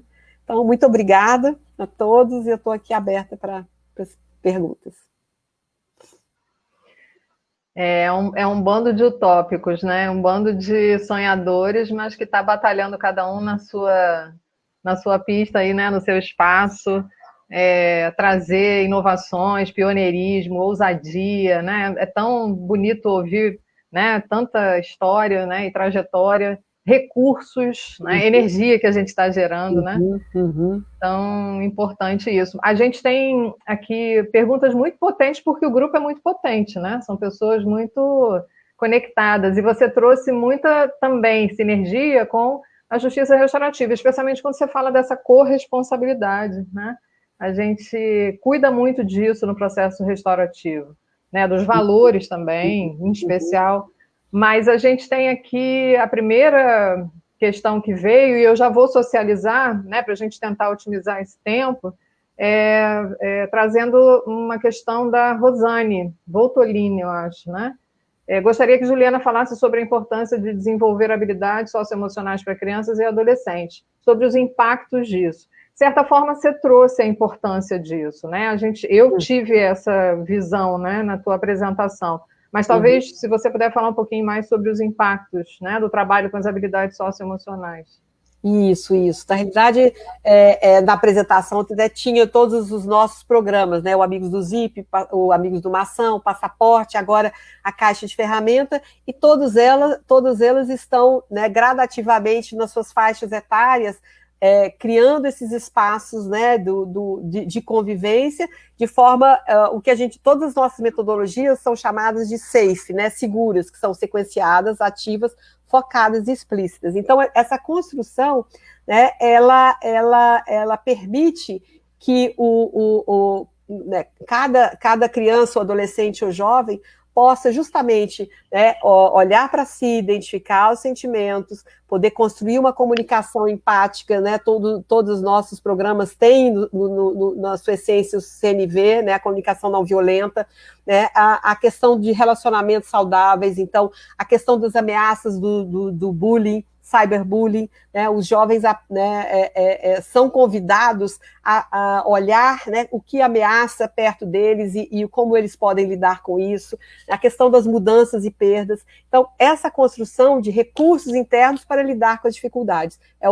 Esse movimento, né, que vai um pouco dentro desse olhar, né, de que essas habilidades que hoje a Unesco chama, né, habilidades para a vida, né, nossos programas todos são, né, habilidades para a vida, são as ferramentas com qual a gente carrega para todos os nossos ambientes, para as nossas convivências, né, e aonde a gente se coloca de forma saudável, promovendo relações saudáveis, vínculos, né, fortes, e de alguma forma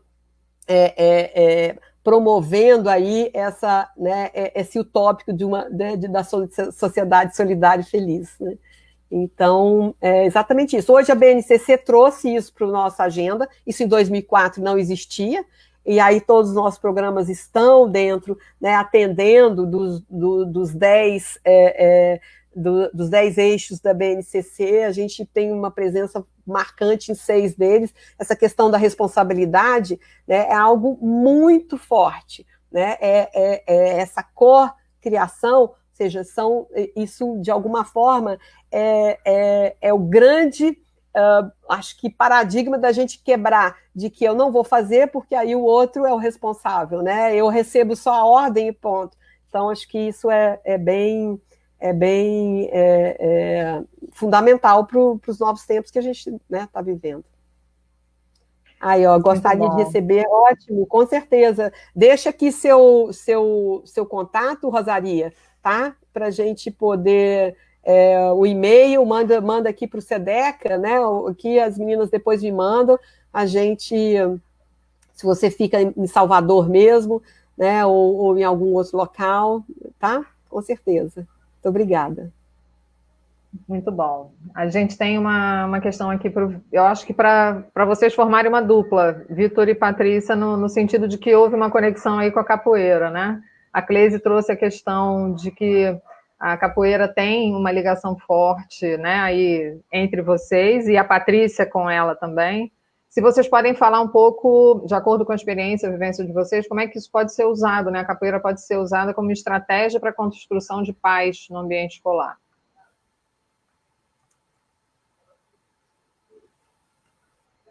Você fala primeiro, Patrícia? Eu falo? Ou você fala? Fala você, depois eu falo. Bem, então, essa pergunta é interessante, né? É isso, né? O que a Alessandra falou, a trajetória da gente de cada um de nós aqui, acho que é múltipla, né? Então, não é do lugar de coordenador, também né? Mas também é do lugar de treinador de capoeira. Treinel seria equivalente a professor, né? Instrutor ou professor, né? Porque a capoeira Angola não existe cordel ou cor, né? Corda. Você é treinel, iniciante, né? Iniciado, treinel, contramestre e mestre, só. Então, o treinel já seria aquele que pode dar aula sob a supervisão de um mestre. Eu posso falar um pouco da minha experiência e as reflexões pedagógicas também que eu já tenho feito. Eu sou do grupo de capoeira Só Angola, que é aqui do Rio de Janeiro, que é da escola de Mestre Moraes, né, que foi aluno do Mestre Pachinha. Então tem uma coisa de linhagem, né? A capoeira entendida assim, principalmente, independente de ser capoeira Angola ou não, né? A aposta que a gente faz é numa capoeira que se entende como tradição popular de matriz africana. Então ela é preta, a capoeira é afro-brasileira, né? Existe um protagonismo histórico, né, dos mestres negros, né, mestres e mestras, e que saberes que foram sendo passados ao longo do tempo. Saberes que não foram...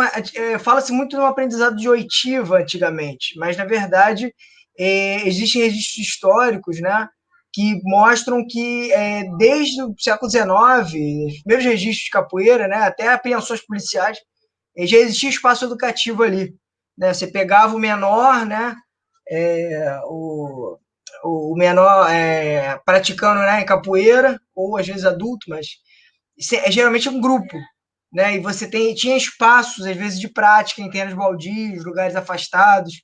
Né? Então, a coisa do espaço educativo. Capoeira sempre foi um espaço educativo, como qualquer tradição popular. E sendo de matriz africana, sendo preta, né? No seu eixo, na sua epistemologia, a capoeira ela traz alguns elementos coletivistas, né? Coletivo. Né? Então, o aprendizado é comunitário, cada um tem um papel, né, de lidar com os instrumentos, né, tocar os instrumentos juntos, aprender a tocar em harmonia, a hora certa de cantar, a hora certa de falar, pedir licença para entrar, né, tem uma série de aprendizados que trabalham essa questão que a Juliana estava falando da educação socioemocional, né, nessa coisa de saber conviver com o outro, né, e aí a corporeidade, o próprio corpo, é um espaço de construção de autoestima, né? De construção de experimentação, né? De se apresentar para o outro, de ocupar o espaço, de experimentar o novo, descobrir beleza nesse corpo, arte, dançar.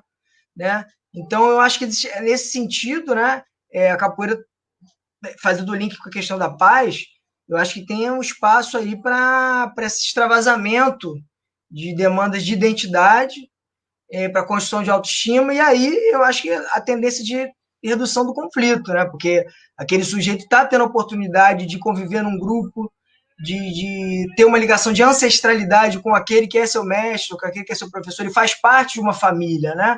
Ele faz parte de alguém que veio antes dele. Então, ele não é um sujeitinho aí que está jogando a perna para o alto, ele faz parte de uma escola, uma família de aprendizagem. Então, nisso, ele vai aprender também sobre o respeito, vai aprender sobre, né, o lugar dele, a importância que ele tem, e é isso. Eu acho que a paz vem com um desdobramento disso. Muito obrigada, Victor. Eu peço licença, então, aos meus mais velhos, né, aos meus mestres, e ao Bimba, mestre Bimba, mestre Pastinha, e os mestres que me dão aula de capoeira na minha escola em Goma, e a Capoeira da Paz, que é onde no meu grupo espiritual eu pratico capoeira, né? Eu aprendo na Engoma e eu pratico na Capoeira da Paz. A minha capoeira tem tudo a ver com a cultura da paz, né? Por tudo isso que o Victor está falando, a capoeira é circular, né? Ela acontece numa roda, né? Você tem tempo para cada coisa, cada espaço, né? Você aprende a força do coletivo, você se compreende num lugar, né? Que você não está sozinho, isso que o Victor falou, da sua ancestralidade, tudo que veio antes, né? É uma arte de resistência, né? Você compreende que você é protagonista daquilo que você está vivendo, você aprende a lidar com as suas emoções, né, dentro dos movimentos que o seu corpo vai fazendo, você lida com a sua sombra, né, você aprende arte, você aprende a cantar, você aprende a tocar, você aprende a se movimentar na vida, né, e a fala do Victor inicial, né, de você estar apresentando ferramentas da cultura da paz, e muitas vezes as pessoas pensam que você é passivo, né, e não um sujeito ativo, e que a ginga da capoeira, ela vai trazer também essa flexibilidade, né, que é muito importante para viver nesse mundo material, né, você tem que entender, e isso é um aprendizado que eu tenho recente da capoeira, né, a necessidade de também entender que não é só você, né, você no mundo, mas tem um mundo, e você está nesse mundo, esse mundo está girando, e você está girando no seu aprendizado, né? Então, a disciplina também que os mestres ensinam, o respeito, o amor, a dedicação que é importante para que você possa desenvolver melhor, né, os seus movimentos dentro da capoeira, né? Esse entendimento, eu acho ele totalmente tudo isso que ela traz, né, a sabedoria, toda a história, né, do povo preto no nosso país, né, o quanto esse movimento da resistência da capoeira, ele vem trazendo e construindo, formando mestres, né, de cultura popular, né, você saber que às vezes você não tem as condições financeiras, mas isso não é a única coisa que faz de você um sujeito construtor de uma sociedade melhor, né, e eu acho que a capoeira, ela traz isso, né, e ela traz essa dignidade para todos nós, né, não só para uma criança, né, mas eu como adulta, né, praticante, eu percebo isso, né, que para mim traz esse aprendizado, esse movimento, né, e é uma alegria, porque é uma arte brasileira também, né, aqui no Brasil, a de Angola, africana, mas aqui no Brasil ela também tem a sua forma, né, de acontecer. Então, eu vejo como uma ferramenta total da cultura da paz, né? As próprias ladainhas que vão ensinando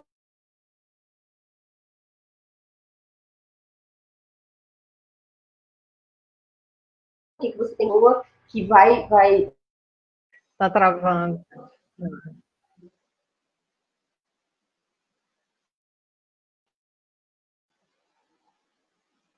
A nossa internet tentando resistir aqui também. Forma que você... da própria energia que você aprende a conduzir, né? Porque muitas vezes a violência é um excesso de energia que você tem e que não tem onde gastar, né? Então, quando você tem esse aprendizado de como empregar aquele monte de energia que uma criança tem, por exemplo, então ela vai empregar cantando, gingando,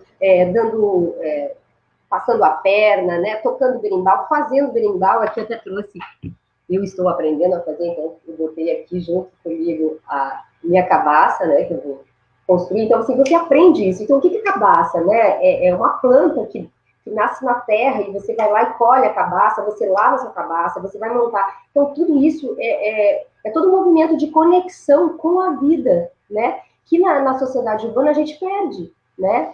E a capoeira vem trazer isso, vem trazer esse coletivo, esse carinho de você estar ali, né? As origens.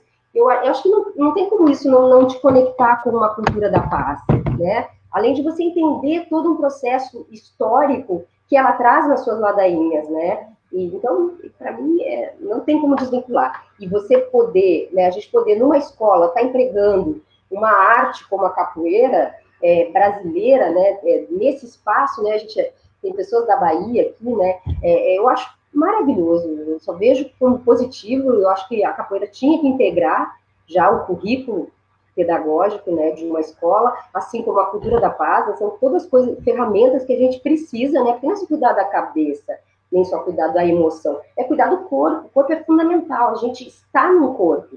E se esse corpo não gasta a sua energia, que é uma energia de sobrevivência, né, se você fica só dentro de um apartamento, dentro de uma sala, sentado, assistindo alguém falar, você precisa de um momento que se movimenta, né? E se você puder fazer esse movimento integrado a uma história muito maior que a sua própria, isso só traz benefício, né? Porque isso faz você se entender como um cidadão de uma história. E grande parte também das questões de violência vem da desconexão, né? De você não se sentir pertencendo. E a capoeira é isso, você pertence, né? Você pertence a uma história, né? E essa história é uma história de dor, muitas vezes, mas tem muito amor nessa história. O amor dos mestres, né? Que os mestres passam para os seus alunos, que é maravilhoso. Então, para mim, tem tudo a ver, assim. E eu agradeço a oportunidade dessa pergunta maravilhosa sobre a capoeira, né? Fico muito feliz de poder responder. Fiquei muito feliz com o colega também ser um capoeirista e ser um pai, né? De dois aí que entraram, uma gracinha entrou, né? Aqui na live também, seu filho.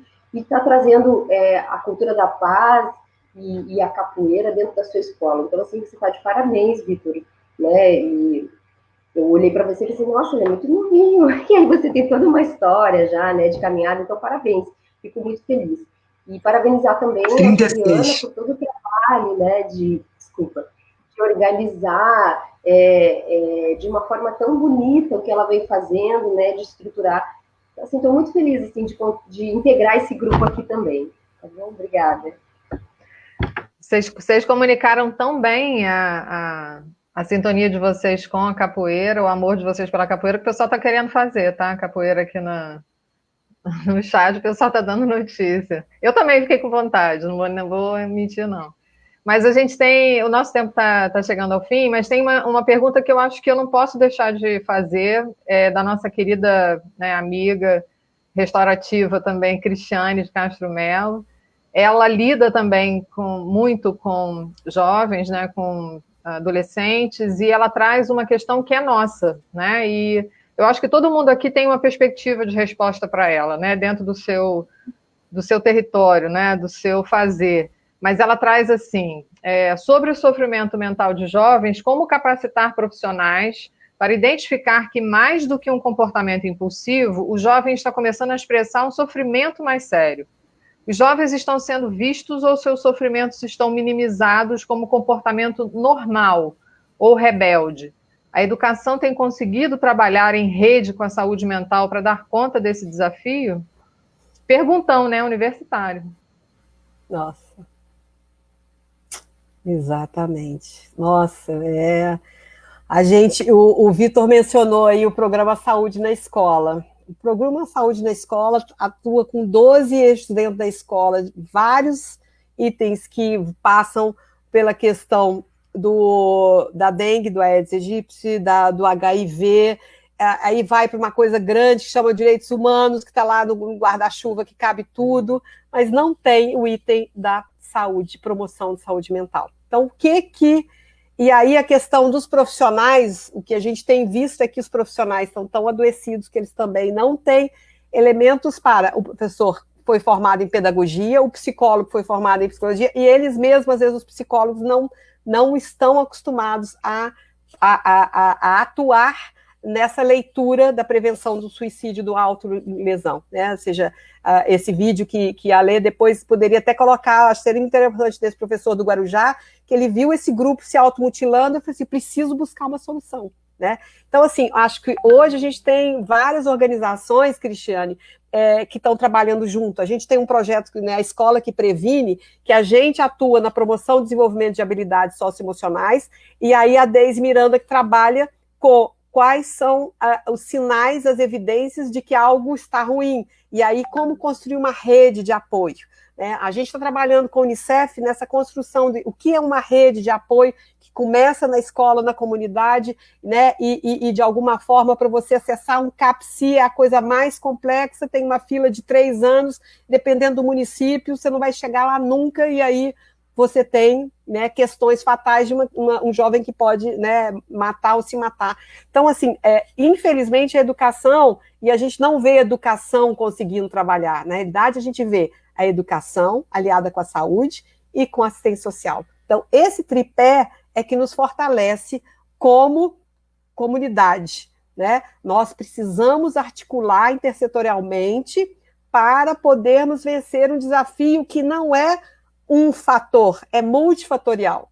Então, o jovem está ali tendo uma ação rebelde porque o pai está desempregado, a mãe está bebendo, ou está não sei o quê, o pai está batendo na mãe. Então, você tem uma série de fatores que estão ali. Então, é um desafio extremamente complexo. Se a gente não tiver trabalhando em rede, nessa transversalidade, promovendo isso, coisas culturais, formação socioemocional, mas só isso potencializado na arte, na cultura, em convivências saudáveis de diversas abordagens, né, isso é literalmente fundamental. Eu anotei aqui justamente algumas perguntas, né, da Cristiane, da Cleise, que fala, e da Maria de Fátima, que fala que tem jovens que têm altas habilidades mais do que a questão das suas... Isso é você deixar fenecer e não florescer potência. Isso aí acaba com... Então, assim, essa questão também, porque esse olhar, né, do intersetorial e buscar articular. Hoje tem muitas ONGs fazendo muitas coisas e que poderíamos estar, né, eu já tive no próprio Todos pela Educação com o GIF, de busca de, né, como a gente articula e soma para não dividir, né? Então, é isso, assim, acho que a gente está vendo esse problema do sofrimento mental potencializado, né? Eu convido a todos, quem não viu a pesquisa do Conjuve, né, é fundamental para esse entendimento, né, porque os jovens estão com medo de adoecer, estão ansiosos porque não conseguem sair de casa, então não podem fazer sua capoeira porque não tem nem espaço para poder fazer, porque como vai, né, reciclar essa energia potente que as crianças e os jovens têm, estão restritos porque não podem falar no vídeo, porque a família toda mora em 2 cômodos, 1 cômodo, então assim, é muita restrição, um momento extremamente, né, estamos confinados, e aí o que fazer, né, como lidar com isso. Então, a gente vai sair disso com muito desafio, e aí, né, eu convido a todos que a gente possa, né, ter aí outros momentos também de troca, né, de vivências, para que a gente possa efetivamente, né, construir soluções. A SEC está articulando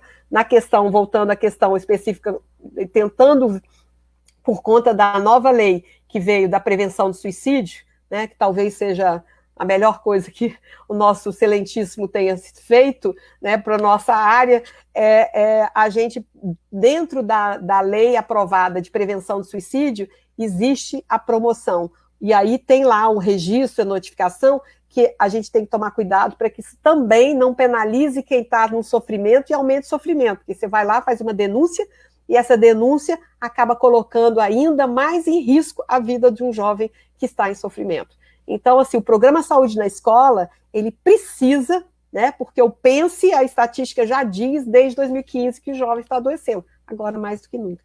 Então, tem um papel de política pública aí fundamental para a gente poder trabalhar em cima e unir esforços. Quem puder e souber, tiver ações, né, específicas sobre isso e queira falar, por favor, eu vou pedir para alguém colocar o nosso e-mail do info@secbrasil. Quem já mandou o e-mail aqui, eu vou mandar, tá, Rosária? Pode deixar que eu te mando, né, te faço o e-mail, mas quem quiser pedir alguma coisa e trocar com a gente, o info@secbrasil.org.br vai ser uma alegria. Obrigada pela oportunidade a todos.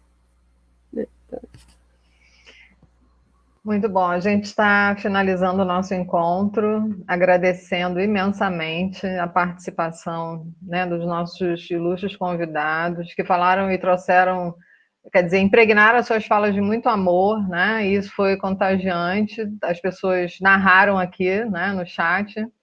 Agradecer as pessoas que participaram, contribuíram, entraram em ressonância com essa proposta, né, de que é possível conviver em pandemia, né. Eu vi uma notícia, até por uma chamada que a Cristiane, a nossa colega, publicou, do sociólogo, professor português Boaventura de Souza Santos. Ele escreveu agora, né, tem uma publicação recente sobre a situação do vírus, né, ele chama de A Cruel Pedagogia do Vírus. E a pergunta que ele deixa, ou a questão que ele deixa para a gente refletir é: ou a gente muda ou a gente se extingue, né? E é isso que essa pedagogia traz. Então, dentro dessa proposta pedagógica, que todos aqui, né, combinam, né, e que a gente se reencontrou com toda essa química nessa temporada para falar sobre esse tema, queria que vocês deixassem aí as contribuições finais de vocês, a fala de vocês sobre essa condição da convivência que a gente explorou aqui ainda, né, finalizando o nosso encontro. Quer começar, Paty?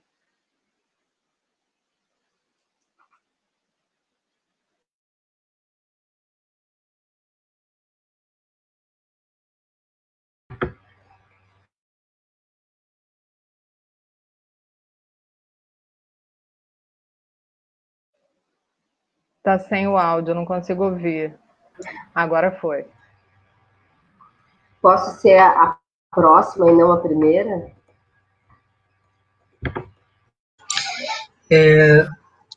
Então, palavras finais, né? Bem, obrigado mais uma vez à equipe do SEDECA, pela oportunidade de estar trocando aqui, né, colocando um pouco das minhas experiências, reflexões, e também de estar ouvindo, né, colegas tão experientes aí nas suas respectivas áreas, né, e aprendendo também. Muita coisa legal, anotado aqui, tá? Dever de casa tá anotado. Em relação a gente estar estudando mais sobre essas questões da atuação no terceiro setor, né, e alguns conceitos em relação à saúde mental, né? Gostei muito da fala da Juliana. A gente tem visto até a SME fazendo alguns esforços, né, de formação de professores da questão das habilidades socioemocionais, mas é difícil a gente incorporar isso, né, como no nosso cotidiano, né, como prática, né? Então, obrigado pela oportunidade. Estamos à disposição aí lá na Escola Municipal Professora Lavínia, tá, para quem tiver interesse, e no grupo de Capoeira São Paulo. Obrigado. Bom, eu vou falar então, depois a Paty para o final. Paty, você fecha, tá? Olha, também gostaria muito de agradecer essa oportunidade, estamos abertos aí, né, para justamente novos diálogos, né, necessários, e eu fecho com um comentário da Dulce Quintanilha no chat, que diz: precisamos pensar em um novo paradigma para a promoção de uma vida saudável de crianças jovens, né? Então, assim, na realidade, a gente tem essência, né, na nossa educação paulo-freireana, a gente tem aprendizados que às vezes são sufocados, mas esse novo talvez seja essa nova postura nossa diante de acreditar que os jovens e as crianças possam ser protagonistas mesmo, né? E não ser, né, vamos dizer, afogados em soluções que nós damos a eles, né? Então, a gente acredita que esse novo paradigma desconstrói um pouco, mas a gente pode segurar em muitas metodologias que estão aí montessorianas, ou seja, esse aprender fazendo, essa convivência, né? Isso é fundamental. Muito obrigada pela oportunidade, mais uma vez, estar com vocês, Vitor, Patrícia, Alessandro e Pedro, toda a equipe SEDECA. Obrigada. Eu agradeço também imensamente essa oportunidade de reflexão e de escuta, principalmente de escuta, né, de saber o que os colegas estão fazendo, né, e o próprio SEDECA, de ver também a preocupação das pessoas que estão participando, né, interessadas nessa temática, e eu saio muito feliz desse momento que a gente está vivendo aqui, e eu penso que essa pandemia, ela está sendo ainda, né, como diz um amigo astrólogo, né, um presente muito difícil, né, mas mesmo assim é um presente, porque nesse período a gente pôde forçadamente se libertar de muitas coisas que a gente acreditava ser impossível de viver sem elas, né, e de trazer também à tona muitas qualidades e ferramentas que a gente dispõe e que tinha esquecido da importância delas nas nossas vidas, né? E penso que depois, no momento da pós-pandemia, o exercício vai ser a gente jogar, né, gingar com aquilo que já foi construído e que deu certo, e estarmos abertos ao que a Dulce falou, né, a um novo paradigma, com uma escuta verdadeira, né?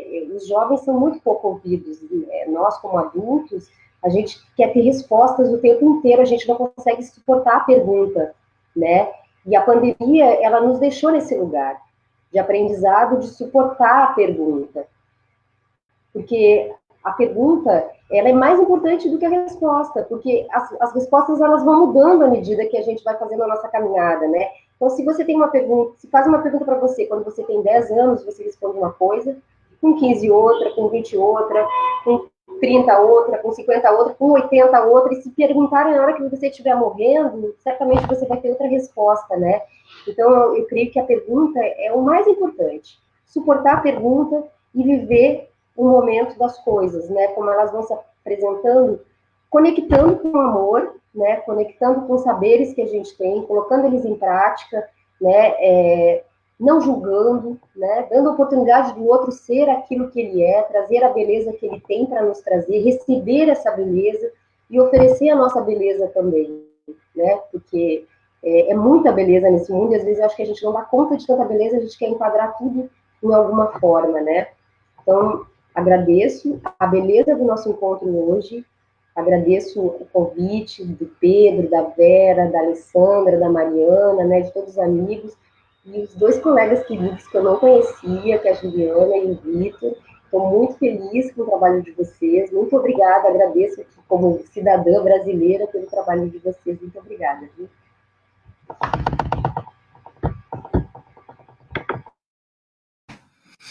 Bem, eu queria também dar uma palavra de agradecimento por vocês terem aceito esse convite, ter disponibilizado essa tarde para esse encontro, foi bastante rico, uma demonstração clara aí pelos comentários no chat, as perguntas, e a gente também se surpreende a cada encontro, né? A gente nunca ia imaginar que dentro do tema de hoje ia surgir a capoeira como uma das conversas, né? A capoeira que em algum momento na história do Brasil ela era considerada como um crime, previsto até no Código Penal da República, né? E que hoje é um patrimônio nacional, assim como o jongo, né? Quando você estava falando da capoeira, eu fiquei pensando, também podia ter o jongo nas escolas, né? Então, eu queria agradecer, eu fico muito feliz pela parceria com a escola, com o Vitor. A gente tem bastante planos, Vitor, para um futuro próximo de ampliar esse trabalho com as escolas, né, dentro do nosso projeto. E eu acho que se casou bem as falas entre Patrícia, da experiência dela, que parte de uma experiência também pessoal, né, a gente teorizar, mas também colocar em prática. E ela deu exemplos aqui muito bacanas de como utilizar isso na nossa vida prática também, as práticas restaurativas nos nossos relacionamentos. Agradecer, teve vários associados do SEDECA também que entraram ali aqui na live para prestigiar, e agradecer também especialmente a equipe do SEDECA, a Fernanda, que está no suporte, aqui dando um apoio, a Cleise e a Vera, que fazem parte da coordenação colegiada do SEDECA, e a gente também se coloca à disposição das pessoas, para as pessoas entrarem em contato com o SEDECA, para trocar experiências, e esse fórum agora que a gente pegou o gás aqui do virtual, ele pretende ser um espaço contínuo, como foi no ano de 2019, né? Inclusive, daqui a 2 meses, a gente está pretendendo organizar um próximo fórum, e aí a gente vai falar um pouco sobre o papel da vítima nesse contexto da justiça restaurativa, né?